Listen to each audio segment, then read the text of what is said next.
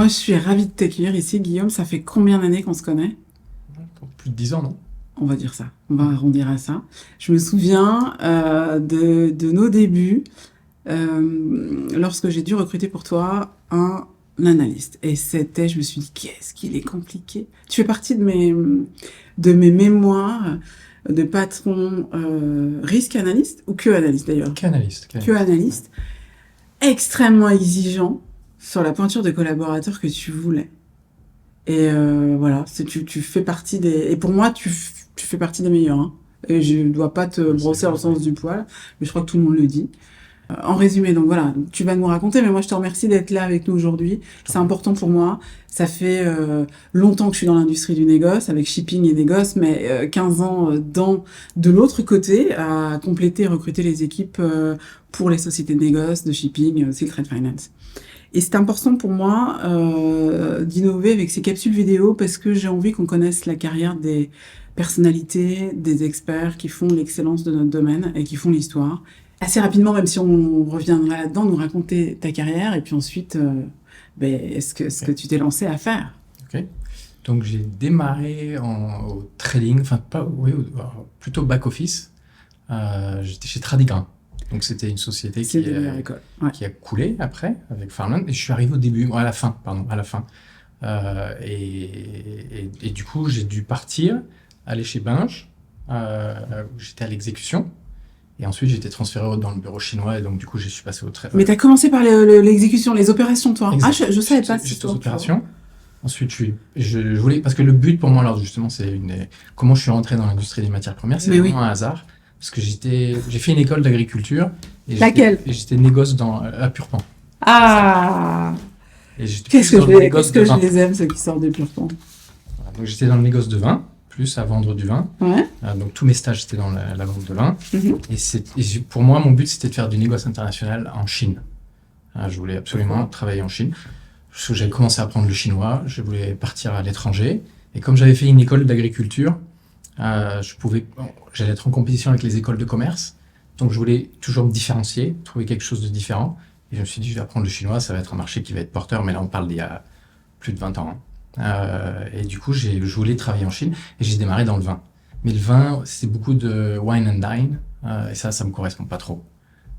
Donc du coup, j'ai cherché dans un autre secteur. Mais pourquoi cette idée? Tes parents viennent du domaine ou rien à voir? Rien à voir. Donc tu avais envie d'être dans le vin et dans l'international? Non, pas dans le vin, dans l'international. Dans l'international. Commerce international. Et je me suis dit, je vais être en compétition avec toutes les écoles de commerce qui vont sortir avec je sais pas combien de langues. Moi, je parlais à peine anglais à cette époque. Et j'ai dit, il faut que je trouve quelque chose de différent. Et donc, du coup, je me suis dit, je vais apprendre le chinois. Et je me suis mis à prendre des cours du soir de chinois. Et donc, je me suis mis au chinois. J'étais à Pékin à apprendre le chinois.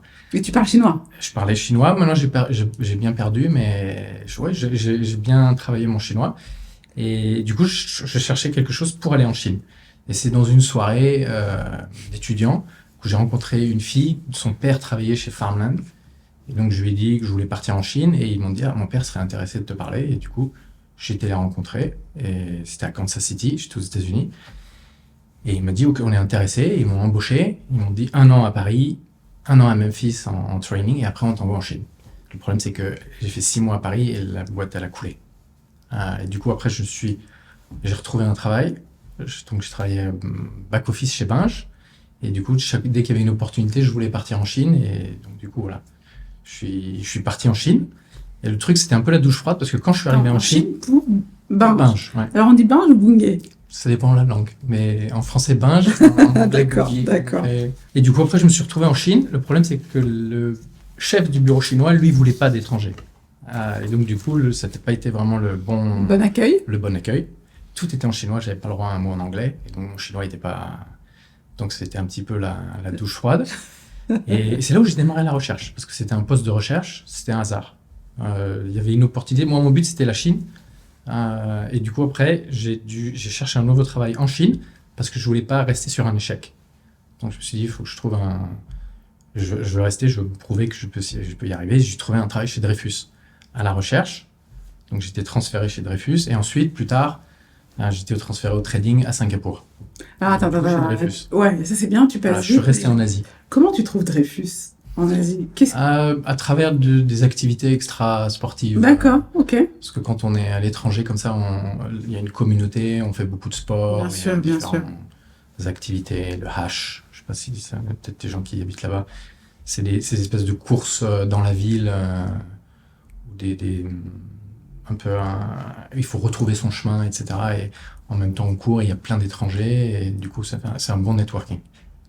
Donc c'est à D'accord. travers le Donc networking. l'analyse chez Louis Dreyfus. Voilà. Qu'est-ce que tu analyses au départ? Le blé. Du blé, le marché Première du blé. fois. Donc, La première fois, le soja, ensuite le blé. mais t'as un Chez mentor, t'as Dreyfus. quelqu'un qui te montre? Là-bas, non. Là-bas, c'était... Bon, après, chez Dreyfus, plus, parce qu'il y avait toute une équipe. Ils avaient vraiment mis quelque chose en place. Donc là, il y avait D'accord. vraiment il y avait des mentors. Mais c'est comme ça que tu plonges Exactement. C'est dans- comme ça que je rentre dedans. ce métier-là, hein, raconte un peu ce métier qui est rigoureux. Qu'est-ce que c'est l'analyse? L'analyse, c'est regarder tout ce qui est la production, donc la partie supply, donc analyser les rendements de récolte, et après toute la demande. Donc on va chercher toutes les statistiques. Faut chercher beaucoup, faire beaucoup de recherches. C'est de la recherche et de l'analyse, hein, Voilà, qui permettent aux traders de prendre des décisions. exact, C'est ça? exact. Donc on regarde un petit peu l'offre et la demande. On regarde les D'accord. bilans de stock Dans le monde, hein. dans le monde. Bon, là, j'étais sur la Chine, par exemple. Et ensuite, on regarde l'impact que ça peut avoir sur les prix. Quelles compétences il faut pour exercer et Alors, exceller dans ce ça a métier? beaucoup changé, parce que maintenant, avec toutes les nouvelles technologies, je pense que ça a bien changé. Maintenant, vu qu'on peut faire plein de choses très vite, avant, il nous fallait 10 personnes, maintenant, il n'en faut plus qu'une. On peut, Ah oui. Oui, je pense, enfin, j'exagère peut-être, je n'ai pas les chiffres ratios, exacts, hein. mais les choses ont changé. Maintenant, il y a beaucoup avec le coding, etc. Donc, c'est beaucoup maintenant, ça serait des ingénieurs. Il faut bien maîtriser l'outil informatique. Ça aide beaucoup. Par contre, il faut quand même être terre à terre.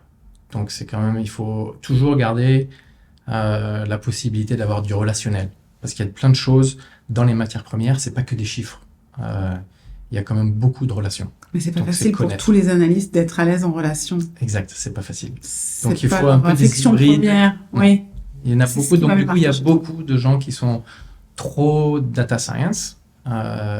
Et dans notre métier, je trouve que c'est pas le meilleur. C'est bien d'avoir un peu il faut des deux, avoir hein. un peu des deux. Mais ça, c'est pas donné à tout le monde. Mais Ça, c'est est-ce pas que donné tu à crois tout que c'est des compétences qui peuvent se développer? Ça se développe, oui. Il y en a d'être- qui l'ont plus que il y en a d'autres. il D'accord. faut avoir l'envie de les développer. Donc, si quelqu'un a envie, ça se développe. Donc la Chine, Louis Dreyfus. De Dreyfus, et ensuite de Dreyfus, avec des gens de Dreyfus qui sont partis chez Noble. Je suis Qui parti est chez Cofco Noble, maintenant. qui est Cofco maintenant. Donc t'es parti chez Noble. Mais où ça? Exact. Toujours à Singapour, Ok. dans le trading. Donc là, je suis resté dans le trading. Tout ce qui était travailler sur les Indian Soybean Meal, donc les tourteaux de soja indiens, et les arbitrages Tokyo, Dalian et avec Chicago. Donc des arbitrages entre différents marchés. D'accord. Donc ça, c'était un peu Pendant le combien parcours d'années? Asie. Parcours 2 Asie. ans en Asie, à Singapour, pardon. Et ensuite, je suis parti remplacer quelqu'un qui partait à la recherche. Ils m'ont demandé de chapeauter un desk de recherche. Ça devait être temporaire. Et je suis parti parce que il y avait le côté management que j'avais pas du tout au niveau du trading. Mais là, on est toujours en Asie. Là, je pars et je vais à Lausanne. Et Donc là, tu arrives à Lausanne pour la première fois. Exact. D'accord. Et donc, du coup, après, je suis arrivé en Suisse. Combien de personnes? Donc t'avais jamais managé. On te Jamais nomme managé. manager. Tu arrives à combien de personnes? J'étais tout seul au début. Donc, mais ils voulaient monter un desk. Donc, ensuite, j'ai recruté.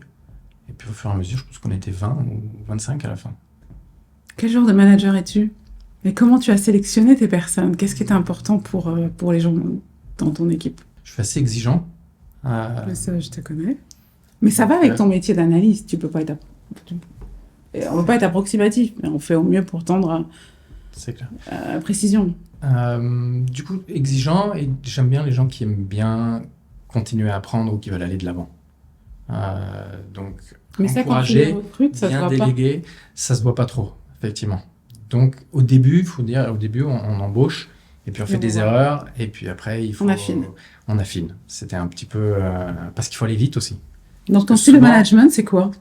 Je délègue beaucoup. Donc, j'essaye de donner justement aux personnes leurs responsabilités.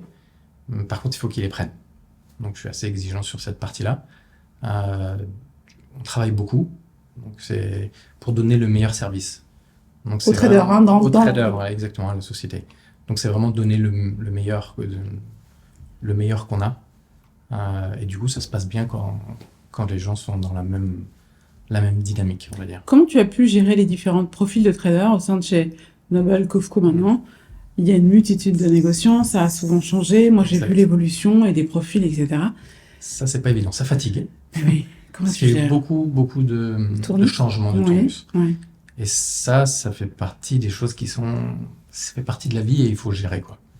Quand tu gères les tempéraments, quand on est à l'analyse, est-ce que le trader il a besoin de toi, c'est vrai, mais il a besoin de montrer son ego aussi, souvent. C'est ça. Exact.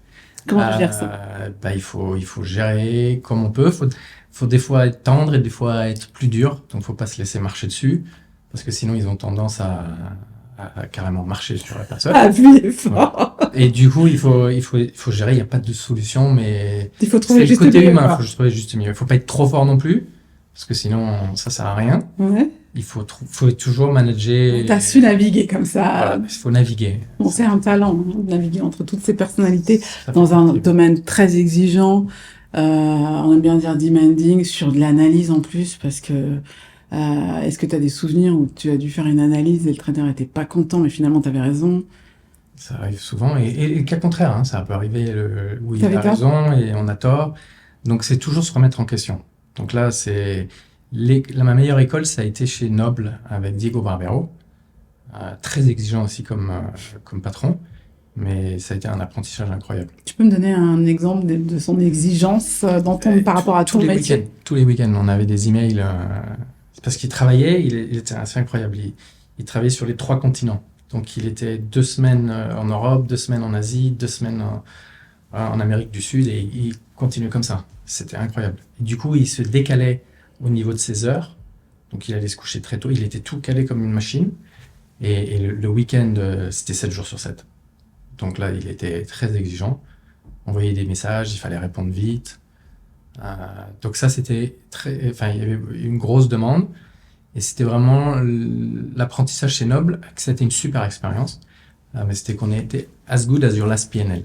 Donc, tu étais aussi bon que la dernière fois, mais après, il faut toujours regarder en avant. Ah oui, c'est pas une situation qui peut être toujours pérenne. Enfin, voilà. Tu te reposes pas sur tes lauriers, on va dire. Donc, c'est toujours, on regarde le futur. C'est la même chose en analyse. Dès qu'on a fini une analyse, même si on a eu juste, il faut déjà se projeter pour la prochaine. Il faut toujours essayer d'être... Donc, on peut que évoluer, en fait. C'est ce que tu essayes de transmettre. Exact. D'accord. Donc, c'est pas se dire, on est les meilleurs, on a réussi. Il faut toujours se remettre en question et essayer de donner encore mieux la prochaine fois. Combien de temps ça a duré la période Noble? Je pense 6 ans. Qu'est-ce qui se passe après? Tu changes, tu décides de changer. Je change. C'est toujours la même personne en fait. Quand c'était Ricardo Lehmann. Donc tu suis Ricardo Lehmann. Je suis Ricardo Lehmann de chez Noble à BTG qui est devenu... Pourquoi tu le suis? C'est ton mentor? C'est quelqu'un en qui tu as confiance? Exactement. C'était un mentor avec qui j'avais confiance et j'ai toujours confiance. D'ailleurs, c'est une personne avec qui j'ai gardé contact. Et ses projets, j'aimais beaucoup ses projets, ce qu'il essayait de monter. C'est une forte personnalité, mais j'ai beaucoup appris de lui aussi.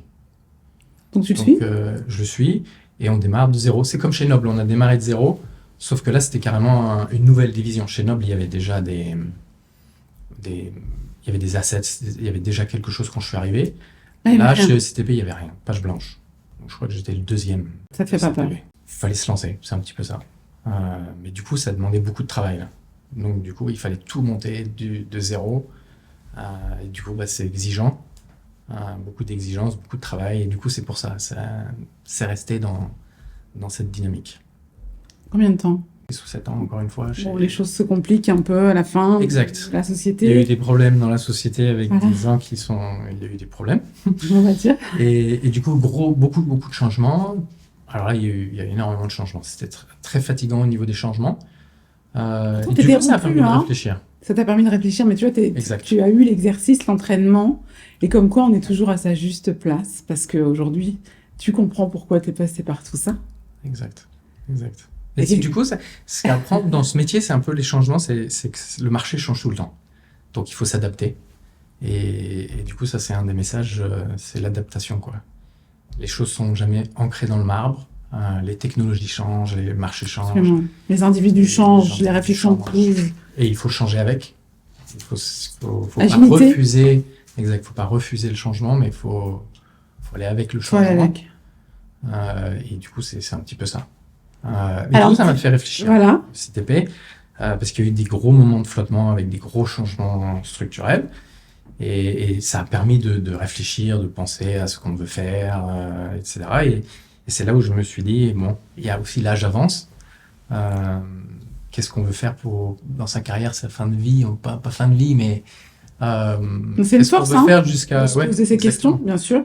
On se posait des questions, dans 20 ans, qu'est-ce que je veux me retourner, qu'est-ce que j'aurais fait. Et du coup, je me suis dit, j'aimerais bien lancer ma propre société.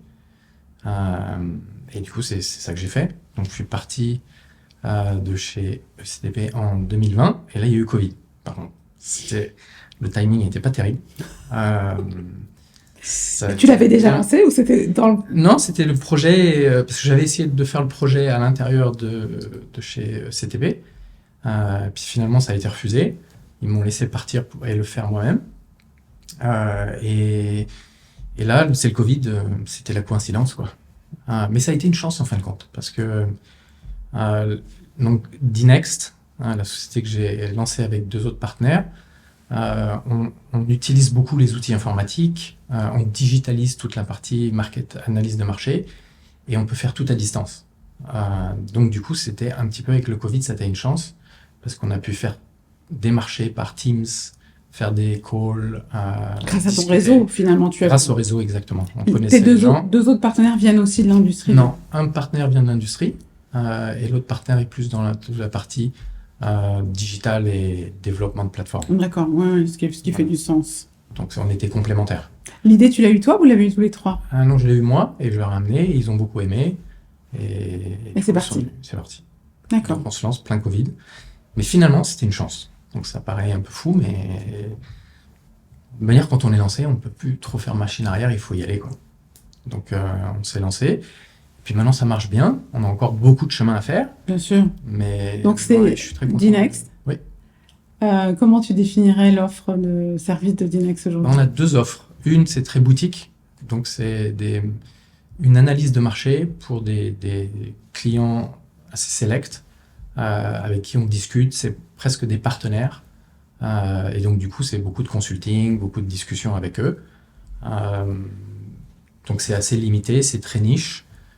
Et l'autre partie, c'est une plateforme. Donc parce qu'on veut justement donner le service à nos clients, où ils peuvent, comme s'ils se retrouvaient dans une grosse société, comme dans les ABCD. Oui, vous étiez une extension de leur bureau, quoi. Voilà, on est l'extension de leur recherche.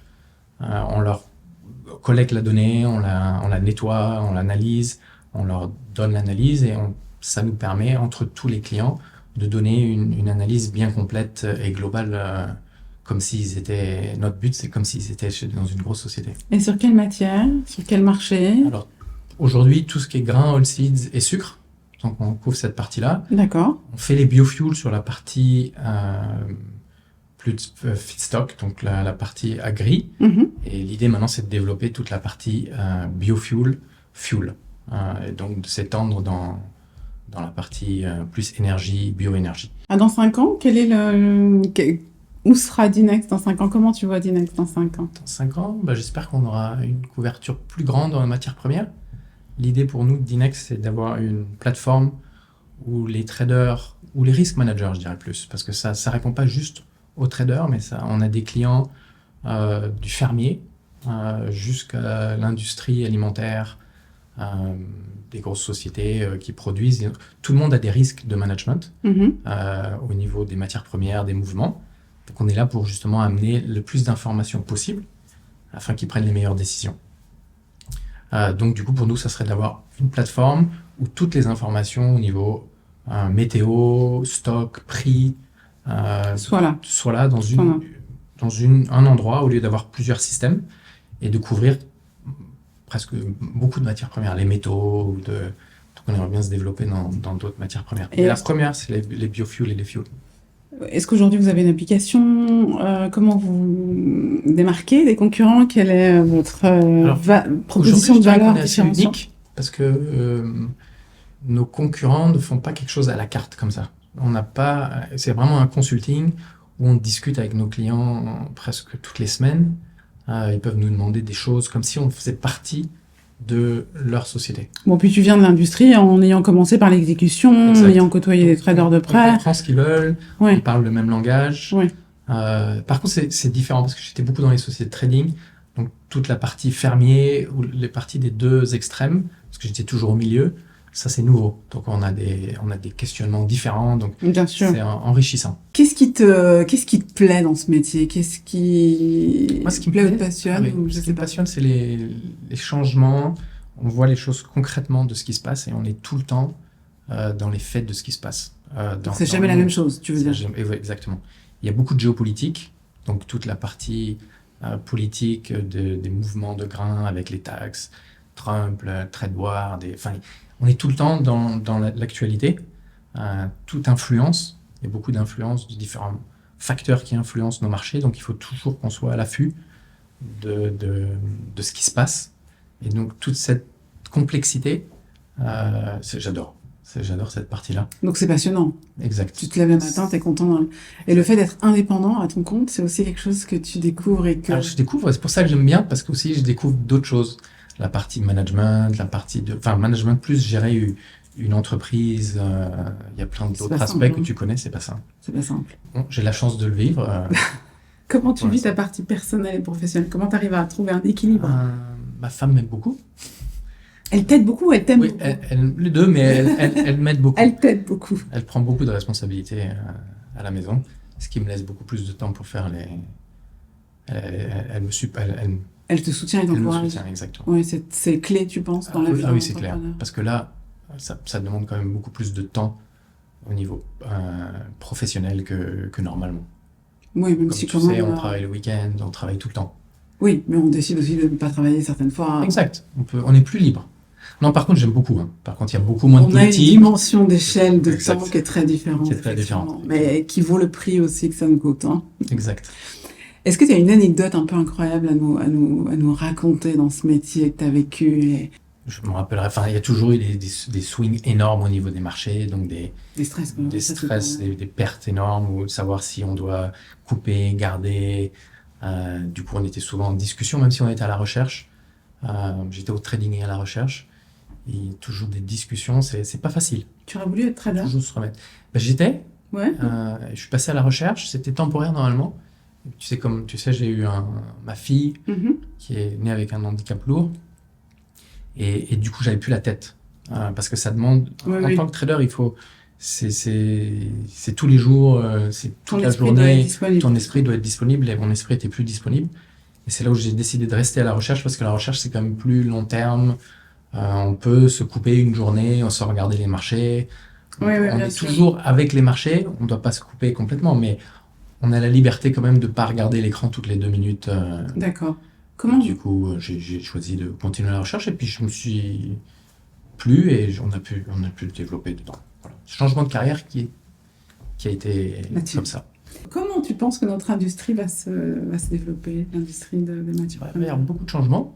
Ça va évoluer, je pense, rapidement. Je pense que dans les changements de technologie, il y a eu ce qui amène un peu beaucoup, c'est tout ce qui est le cloud technology. Et du coup, ça a changé l'industrie. Et on le voit avec tout ce qui se passe au niveau des satellites, l'utilisation des satellites. Ça, c'est grâce au cloud. Tout ce qui est AI générative, etc., ça n'aurait jamais pu être possible sans le cloud. Donc, la base de tout, pour moi, c'est vraiment ce changement qui est là pour rester. D'accord. Et du coup, ensuite, avec ça, il y a eu blockchain, qui va changer sûrement l'exécution et toute la partie contrat, donc dans le trading. On le voit avec déjà plein d'initiatives et je pense que ça va changer le métier. Il y aura besoin de moins de monde, mais ça c'est... D'autres profils, d'autres compétences. Exactement. Il y aura d'autres métiers qui vont s'ouvrir, d'autres compétences, mais les métiers qu'on connaît aujourd'hui, ils vont changer. Ils vont se transformer, oui. Et il faut y aller avec. Il faut s'adapter. Il faut s'adapter. Qu'est-ce que tu aurais comme conseil à donner à des jeunes qui veulent rentrer dans cette industrie, et en particulier dans des métiers comme les tiens? Alors, ça dépend de la personnalité des jeunes. Il y a pas... Déjà, dans l'industrie des matières premières, il y a tout. Peut-être pas le marketing, c'est peut-être la partie la moins... Enfin, le marketing, on l'appelle marketing, mais c'est une autre dimension. Exact. La partie design, un peu marketing, consumer product, et ça, il n'y a pas vraiment. Par contre, tout le reste, il y a l'exécution, la partie HR, la partie finance. Il y a plein de métiers Dans dans l'industrie du l'industrie. Donc, négoce, je ne ouais. peux pas trop parler de cette industrie-là. Mais l'industrie, enfin, la Les- partie ouais. analyse, trading, Ouais. ça, je peux plus en parler. Ça dépend des personnalités. Donc, il faut quelqu'un qui aime les changements. Si quelqu'un n'aime pas les changements, avoir un travail un petit peu pépère, c'est pas vraiment l'endroit qu'il faut. Il faut être dynamique, aimer l'international parce que c'est très très divers. D'ailleurs, ça, c'est une chose que j'aime beaucoup. Les collègues viennent Du monde du entier. monde entier. Dès qu'on arrive, et c'est très, très, en tout cas dans toutes les sociétés où je suis allé, c'est le CEO, il est assis à 2 desks. Il n'y a pas besoin de frapper dans une porte. C'est Ouais. très très plat comme organisation. Donc ça, c'est chouette. Les jeunes, ils arrivent, ils bousculent tout très vite. Donc si quelqu'un aime faire les choses et bousculer les choses, ça va très vite parce que c'est les résultats qui comptent. Donc il y a un jeune qui peut pousser un... Donc on est obligé, nous aussi, de se maintenir et donc de rester jeune et d'évoluer avec, sinon on est vite poussé dehors. Donc c'est un petit peu ça l'industrie. Donc il faut aimer cette industrie, mais sinon elle est très enrichissante. Une mise en garde pour un jeune qui voudrait rentrer dedans. Est-ce qu'il y a une mise en garde que tu aimerais... Pas une mise en garde, je dirais c'est un peu les jeunes d'aujourd'hui, ils changent beaucoup de métier tout le temps très vite. Pas qu'il faut rester dans le même métier pendant 20 ans, mais c'est quand même bien d'être fidèle avec Devenir son un expert. équipe. Exact, de De prendre son temps, d'apprendre. Après, bouger à un moment donné, mais bouger tous les ans, trop vite, c'est pas bon. D'accord. C'est la seule chose que je dirais. Dinex, ça c'est suisse. Est-ce que demain tu voudrais que ce soit ailleurs? On est déjà ailleurs. On est donc en Inde, on est au Brésil, on est à Londres, avec 2 collègues qui sont à Londres. Ah oui, en 4 ans, c'est pas mal. Et on est dans ces Bravo. 3 pays en Tunisie. Pardon. Donc on a tout un bureau en Tunisie. J'aimerais savoir si tu avais dû faire une autre carrière. Ça, c'était la question la plus dure que tu m'as posée. Qu'est-ce que tu aurais Parce choisi? que je regarde pas trop. Parce qu'on peut toujours dire avec des si. Ça, c'est quelque chose que je regarde pas beaucoup dans la vie, de dire qu'est-ce que j'aurais pu être si, etc.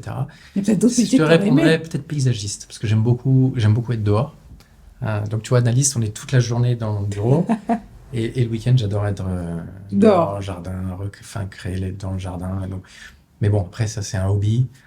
Quand ça devient ton travail, c'est peut-être pas la même chose.